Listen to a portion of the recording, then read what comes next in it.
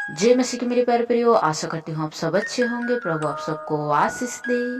मेरे प्रियो, आज हम देखेंगे बाइबल में हाजिरा कौन थी।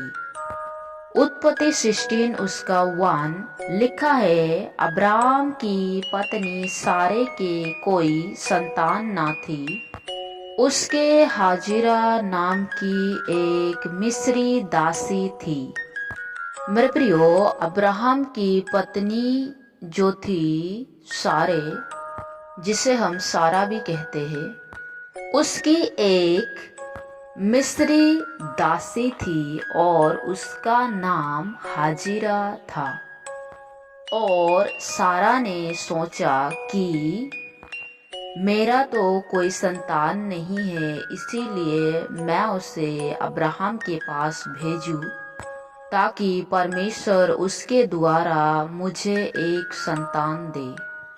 और सारा ने हाजिरा को अब्राहम के पास भेजा और उसी दासी के द्वारा, जिसका नाम हाजिरा है, जैसे कि उत्पत्ति 16 उसका 15 में लिखा है, हाजिरा को अब्राहम के द्वारा एक पुत्र हुआ और अब्राहम ने अपने पुत्र का नाम, जिसे हाजिरा ने जन्म दिया था, इस्माइल रखा। हाँ मेरे प्रियो, जिसने हाजिरा नाम की दासी थी, उसने एक पुत्र को जन्म दिया और उसका नाम उसने इस्माइल रखा। मेरे प्रियो, हाजिरा का बेटा का नाम इस्माइल रखने के लिए हाजिरा को किसने कहा था? लिखा है, यहोवा के दूत ने उससे कहा, अपनी स्वामिनी के पास लौट जा और उसके देश में रहे। और यहोवा के दूत ने उससे यो भी कहा, मैं तेरे वंश को बहुत बढ़ाऊंगा, यहाँ तक कि बहुतायत के कारण उसकी गुणना न हो सकेगी।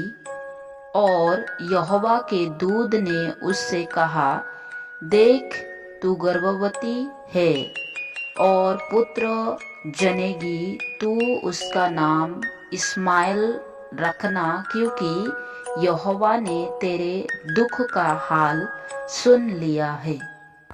मेरे प्रियो, सारा ने खुद ही कहा था कि अब्राहम के पास जा, हाजिरा को करके कहा था।